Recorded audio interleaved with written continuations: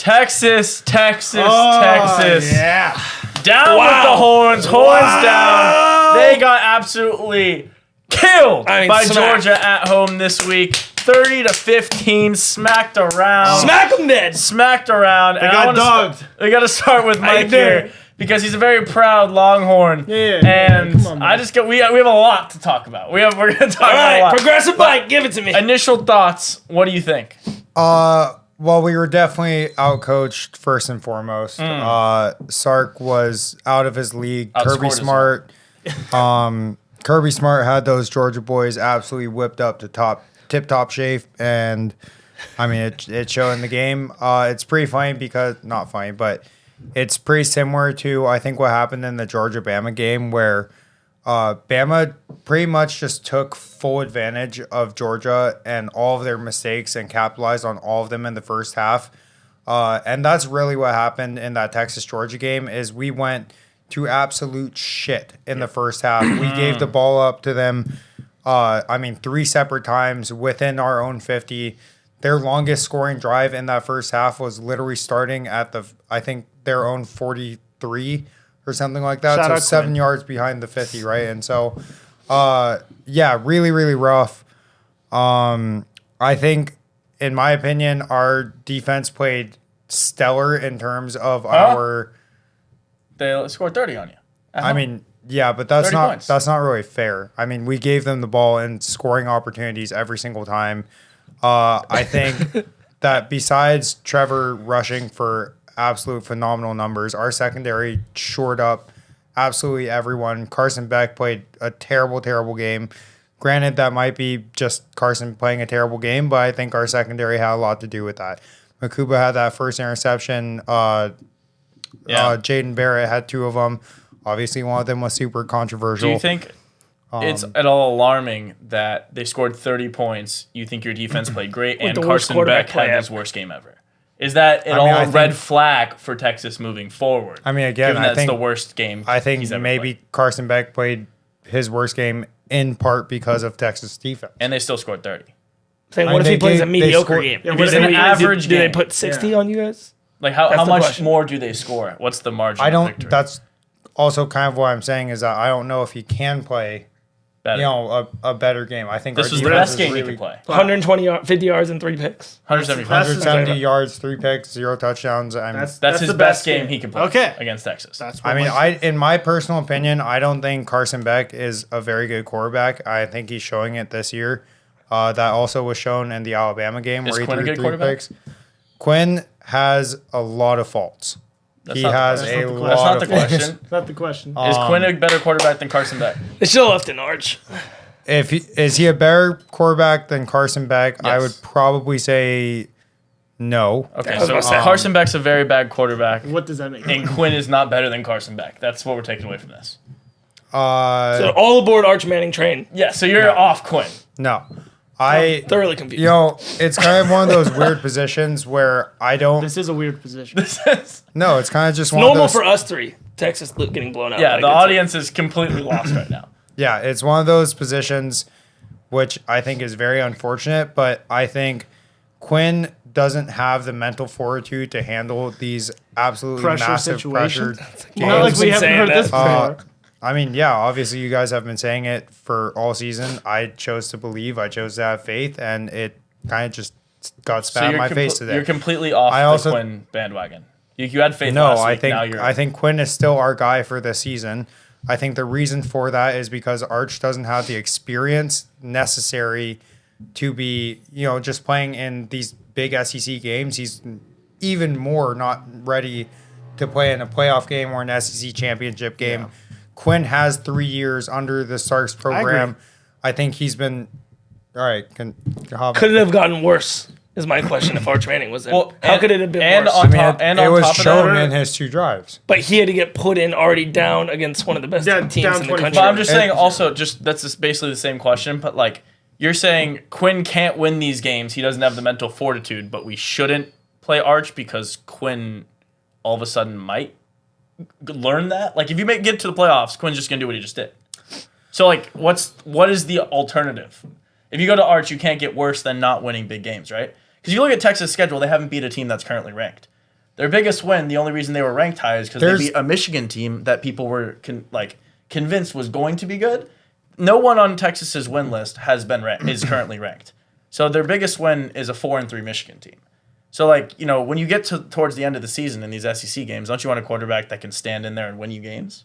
Yeah, and I think that was shown when Arch Manning was in that it wasn't him either. And so, I think Is that a fair it's just an experience thing. It simply has to do with the fact that we have put time and resource, especially Sark and Quinn together, have put so much time together and, kind of just Sark has tried to mold his perfect quarterback in Quinn Ewers.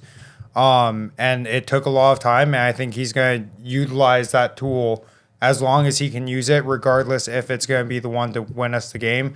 I think there is benefit in sitting on the sidelines and actually just experiencing the game from a vantage point of as a fan. As a fan. not as a fan, but that's just like how quarterbacks used to be developed in these big programs. And I think it's beneficial in the long run. But no, that makes sense. Mario, I want to hear what you have to say because I know we were the only two up here who picked Georgia to win. Yeah. How did you feel about this game? Yeah, this game was pretty much exactly how I saw it playing out. Yeah. One team showed up just more hungry, more prepared, more. At the end of the day, these big games, it comes down to a couple mistakes, a couple plays that really swing the game and momentum in one direction. And shout out Liam Payne. Rest in peace. RIP. Yeah, Ryan was. I was all right. no, Liam Payne. But no, these big games, it comes down to desire. If your team just wants it more, you can go punch the other team in the mouth and really shock them. And Texas, like you said, they haven't really experienced that. No, and I haven't played one remotely and you above mix average team. that, a team not really being tested like this. This is their first real big test night game, Georgia, and couple that with the fact that Quinn in these high pressure situations, we've known that he doesn't always handle that pressure super well. Yeah. When he's out of his comfort zone, he really panics and struggles. Yeah. He makes really bad decisions. He can't step up Yeah. into a pocket. He lacks his awareness that he usually has, and he's demonstrated. Yeah, through, he panics. Through That's other the games. difference that between the good quarterbacks and just the guys that are good college quarterbacks. Yeah. And so this game went exactly how I thought it would go. Quinn turned the ball over. Texas just wasn't prepared in that first half for the intensity of this type of game, this type of environment.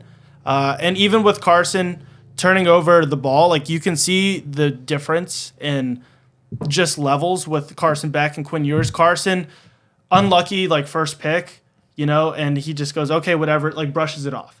He could have probably thrown 3 more picks that game, and I don't think it would have phased him because he just knows, it's just about winning the game. He's been in these situations. He knows, for years. even he was down to Alabama 1,000,000 points to 0, and these guys never give up, and they know how to will a team back. So as soon as he knew his team was in the driver's seat, I was never once even concerned about Georgia losing this game. Well, I knew it was over. Really quick, just as a rebuttal to that, I think Quinn, he obviously did not play well. I'm not going to give him any graces, but I also feel like he didn't have time in between to kind of recollect his thoughts and poise himself back. I feel like every time that we gave Georgia back the ball or they got it off of a turnover, it was such quick drives. It was 7-play drives at most till they scored. We were back on the field. So it's Quinn just never had a second to breathe, and that's ultimately You got why it. That's the reality of football. Everything's not going to be comfortable. If you fuck up, you got to come back and just wipe that next play. Facts. Quite literally next play. You can't have your little time. Quinn's a comfortable guy. Yeah, I want to hear. He's been like that. I want to his hear what Ryan entire- has to say because his entire Ryan, I career. know you jumped on Texas. How Yeah. quickly into this game did you realize you fucked up? I think it was the third play when I saw ETN run for his second run for 8-9 yards or whatever it was. The most embarrassing thing about this game was the offensive and defensive line of Texas. Agreed. And I think that's what I didn't see coming. All I heard from this side, they were the best in the country, defensive line. Offensive line, defensive line, That's all I heard. secondary, So quarterbacks. as soon as I saw both of them get absolutely shit on, immediately Quinn was getting slapped around and their front line, ETN everywhere. It was a murder. Yeah. Sorry, my voice is dead. No, I was about to say Go ahead, for anyone who's questioning why he sounds like that, he was chain smoking all weekend watching Yeah, this I game. was. So I was. That's all I have to say. Yeah, Real I have a bad. couple things to say about this game. Yeah, look at First Liz. off, Mike, I'm sorry. No, you're not. I'm sorry Georgia had to do you like this, and I'm sorry this is how you had to, join the SEC. This is the first game Texas has played in a decade that has really been against this type of opponent. Yeah. And I'm not saying that in hyperbole. This is legitimately the first game Sark has had to play against an actual team. You could say that Alabama team they played last year, but it was kind of an inconsequential non-conference game. Yeah. That it had no effect on it had no how effect. the season played out. So I just want to quickly pivot to Georgia because we've talked about Texas the entire time so far. Georgia, Kirby Smart was completely right what he said at the end of the game. Everyone overlooked Georgia and kind of wrote them off because of that one half of football in Alabama. Yeah. The last 4 seasons, going back to 2021, Georgia has lost 3 football games. All 3 of those are to Alabama. 2021, 14-1, lost the SEC championship to Bama, made the playoffs, won the Natty. 2022, 15-0, won the Natty. 2023, 13-1, lost the SEC championship to Bama, didn't make the playoffs last year. This year, 6-1, only lost to Bama. So he's 48-0 against every other opponent in regular season and postseason games Yep. in the last 4 years. This is the most dominant run we've seen, since the Those Saban, Bama yeah. and Clemson couple years. And people were really, really quick to write this Georgia team off this year just because of how slow they looked. But this was the first game I've seen them immediately jump out the gate, like you said. Yeah. And they were like, we're not fucking losing this game. Yeah. This is Texas's first real home SEC game. We're going to go beat the absolute shit out of them. No, they low-blowed and they them. were shocked. Yeah. Texas has never seen a team like this. No. It's completely different levels of competition. We were fooled into thinking Texas is as good as they are because of who they were playing. And that brings me to my next point. There's absolutely no way Texas should be ranked as high as they are. And I know we have a ranking show. I was gonna say, But there's absolutely no way with their schedule, who they've played, they should be ranked ahead of LSU. They should be ranked, and we'll get into this, ahead of Clemson. They should be ranked ahead of Iowa State. They haven't beat anyone. And so all this talk about Texas being the most dominant team, Texas winning the SEC, I'm not even convinced they could beat the A&Ms of the world right now. And they're playing A&M. And I don't know how you guys feel about this, but this was a really shocking game to me in the fact that I thought Texas was that level with Georgia. I was completely convinced their players were the Georgia players and they had the same mindset. I don't even think it was the quarterback's fault. You're 100% right on the offense and defensive line. Yeah. And that's period. That's the whole SEC. Yeah. They played, I think, what was your other SEC game? Mississippi State? Right? Yeah, so you played That was the our second worst SEC team, opener. the worst or the second worst team in the SEC, and then you went and played Georgia. well, no, we played Oklahoma for an SEC game. Oh yeah, if we're counting last week. Oklahoma's SEC this year, I don't know if they count. They're They're- Big 10. They're a Big 10 or Big 12 It's a transfer. conference game. No. Yeah, it's a Big 12 transfer team. I'm talking when I say SEC teams. It's kind of like when I'm talking about Big 10 teams. I'm not going to throw UCLA, yeah. USC in there yet. They're the first year transplants. Yeah. I'm talking an SEC team that's been recruiting SEC guys in the South for the offensive and defensive lines for the last 2 decades. Yeah. When you play those teams, I'm very interested we're to see playing how one of those teams this week at Vandy. they- I mean, Vandy's been. No, I can't. You can't bounce back on that. If you can- beat Vandy, it's a good win if you cover. Because we can't bounce back. Vandy's look good. They beat Bama. No, Vandy's good, but they're also They've pre- been the SEC their entire existence. I know, but we I'm just know, saying but that's if you are talking SEC football, you have to become very familiar with what teams are acceptable to say this is a good SEC program. I know Vandy what is you historically mean. the worst SEC program. This is the first year because of their quarterback. They've been in games and they look awesome. Terrible. They're ranked. Shout out Vandy. You I'd have love to see win Vandy by ranked. 20. But yeah, I'm just saying, I think it'll be a little interesting. There might be some interesting lines as we get closer to the end of the year and people start to come around on this. But Mike, any closing thoughts before we wrap it up here on Texas? I'm very upset with our offensive and defensive coordinators. I think ultimately it goes back on Sark, but the lack of adjustments made throughout the entire game were unbelievably apparent, and it's really critical that we utilize the players who are actually effective when they're on the field, and reusing the same players over and over again who aren't effective is quite literally the definition of insanity.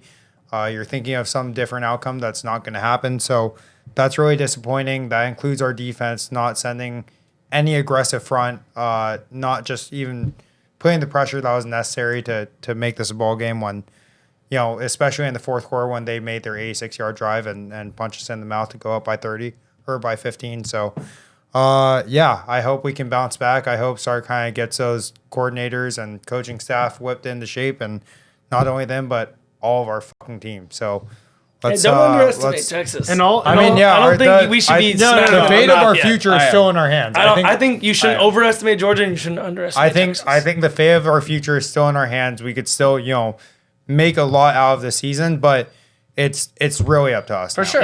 in all seriousness, would you guys actually bench Quinn for Arch? No. Yes. No. I gave it a couple more games. I give it one more game. You can't wait anymore.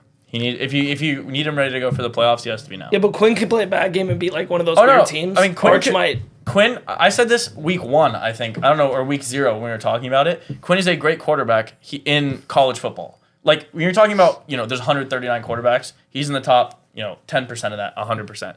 He's going to get you to the playoffs with this Texas roster. He will not be the quarterback to win you a natty. I've said that. I'm saying, give it one more since game they where they're won. down 13.5 against Vanderbilt. It depends what you want. If you're Texas and you want to win your A&M would be a good test. Like if they're down 13-10 at halftime against Vanderbilt, Arch rest of the season, in my opinion.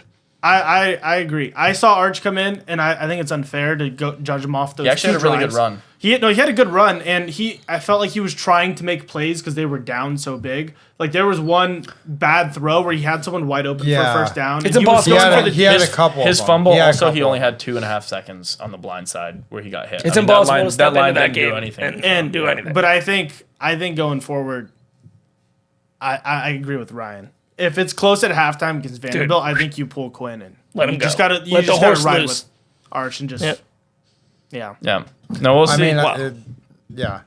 We'll see, but it was definitely, I think, just a matter of strategy.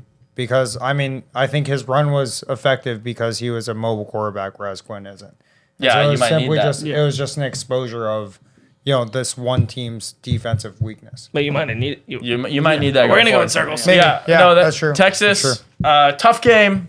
They have a Welcome to the huge SEC, baby. rest of the schedule Welcome is to gonna the be SEC. crazy. I hurt. Wow.